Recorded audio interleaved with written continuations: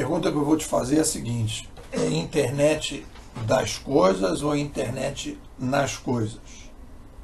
As pessoas falam, o que eu percebo quando a gente vai...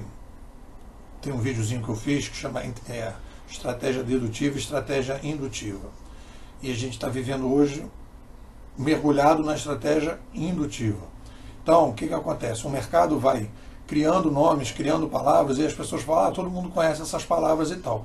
E essas palavras vão criando uma narrativa, e de repente essa narrativa vai gerando um determinado tipo de maneira de pensar, e de repente a gente começa a ter uma intoxicação de uma série de pensamentos, e a gente não consegue perceber que esse pensamento é assim, como todo mundo fica procurando uma forma, como é que o mercado conhece determinadas coisas? É dessa maneira, então todo mundo começa a usar daquela maneira, e de repente aquela maneira que está sendo colocada cria mais confusão do que ajuda.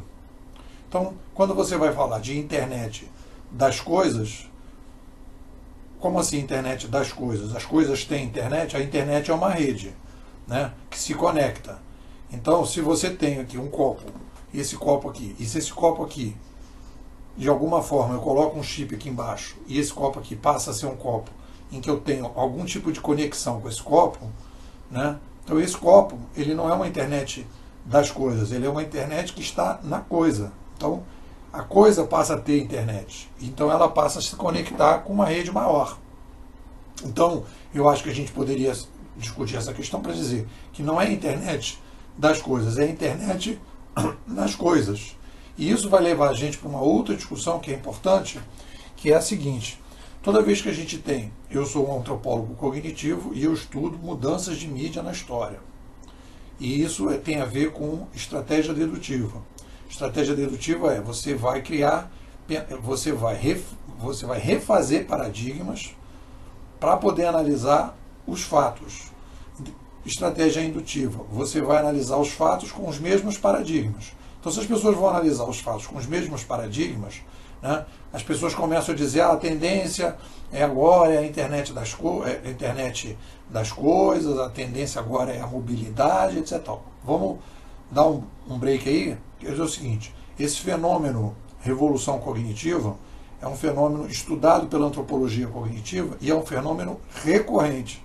Não é a primeira vez que acontece. A última vez que aconteceu foi a chegada das mídias de massa, que é um tipo de revolução cognitiva, que é uma revolução cognitiva centralizadora, uma revolução cognitiva incremental, que reforça e centraliza as estruturas de poder, as organizações, as estruturas políticas. Então você tem um reforço, e aí tem alguns motivos para que isso aconteça. Quando você aumenta a população e você não tem tecnologias para descentralizar, você centraliza. E a outra que aconteceu, que é mais parecida com a internet, é a chegada da revolução cognitiva da escrita impressa, que é uma revolução cognitiva que eu chamaria, eu classifico como revolução cognitiva radical, descentralizadora da escrita impressa. Por que ela é radical? Porque ela modifica a sociedade de uma maneira radical, mas não disruptiva como agora.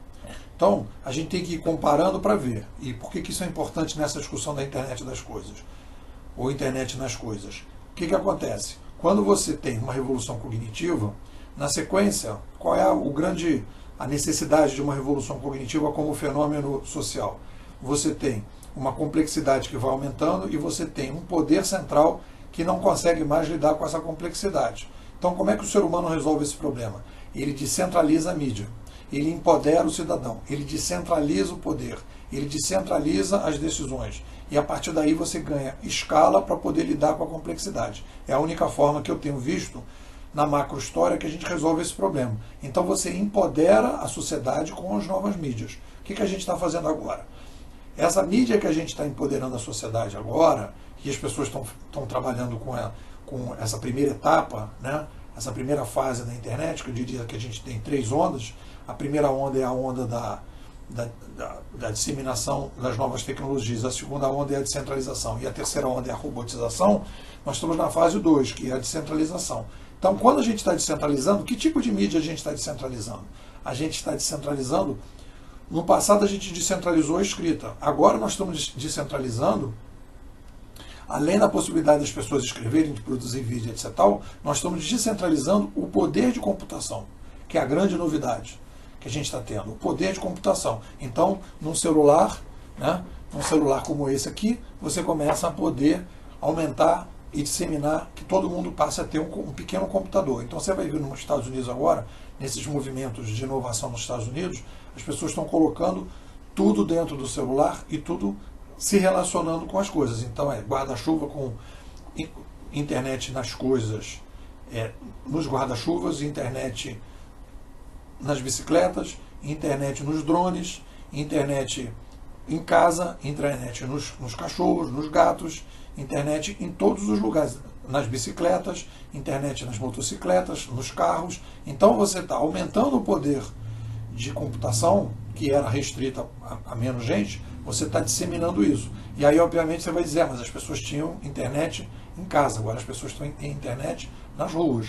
Então, a partir daí, elas começam a ganhar, né? Então, você coloca a internet no óculos, você coloca a internet no ouvido, você coloca... Então, você começa a disseminar a internet e você começa a ganhar poder de mídia na sociedade. É isso que vai fazer com que a gente tenha uma mudança radical, porque você começa a empoderar as pessoas e aí as pessoas começam a poder tomar decisões fora de casa cada vez com mais consistência. Então ela vai entrar num determinado lugar, ela vai dizer, não, esse lugar aqui, fulano já veio, Beltrano já veio, não foi legal, etc. Papá. Ela, quer dizer, então você começa todo um processo aí de modificação de tomada de decisões que vai ganhando escala, que vai ganhando sofisticação e toda uma espécie assim de sombra do passado em que as pessoas não tinham esse poder de decisão que começam a ter agora. Um conjunto de organizações, de decisões que eram tomadas no passado não vão mais poder ser tomadas. Por quê? Porque as pessoas não vão mais aceitar, porque elas estão empoderadas com a nova mídia, estão empoderadas com o novo poder de computação que está entrando em tudo.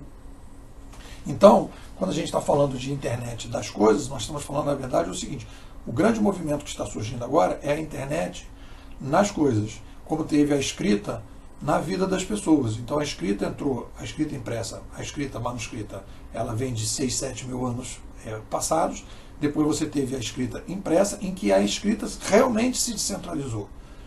Então você pode dizer que houve a escrita 1.0 e a escrita 2.0, e ela se dissemina a partir de 1450. Então tudo passou a ter escrita. Todas as decisões passaram a ser mais racionais. Todas as decisões passaram a ser mais lógicas e foi isso que deu a sustentação para a República e o capitalismo.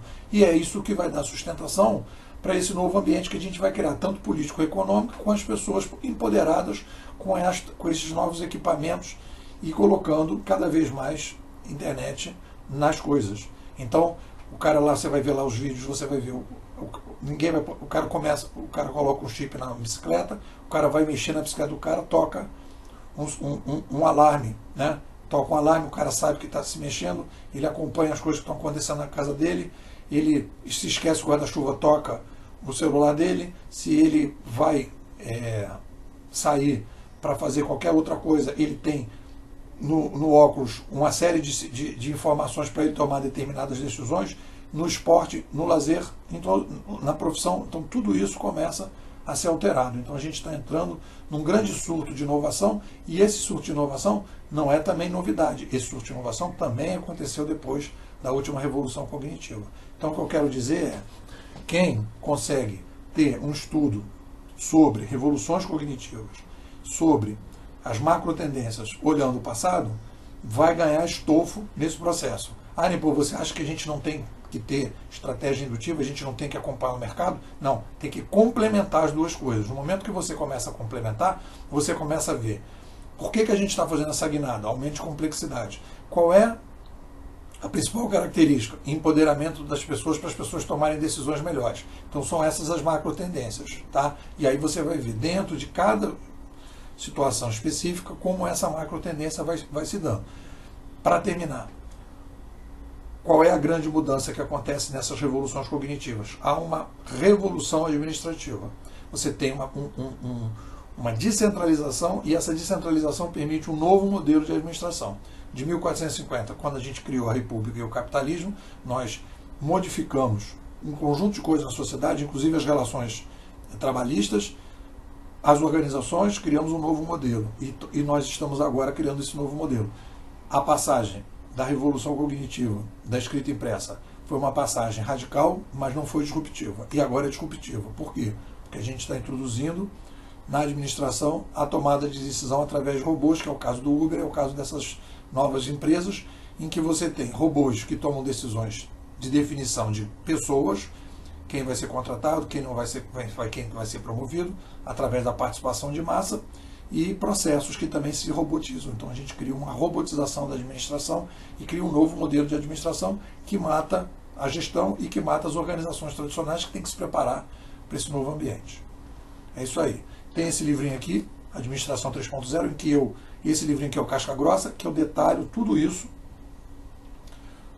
criando conceitos para que você possa entender o que está acontecendo. O link está aqui embaixo. Esse livro é líquido, porque é atualizado o tempo todo, e aberto. Você lê e depois você paga quanto você achar que vale. É isso.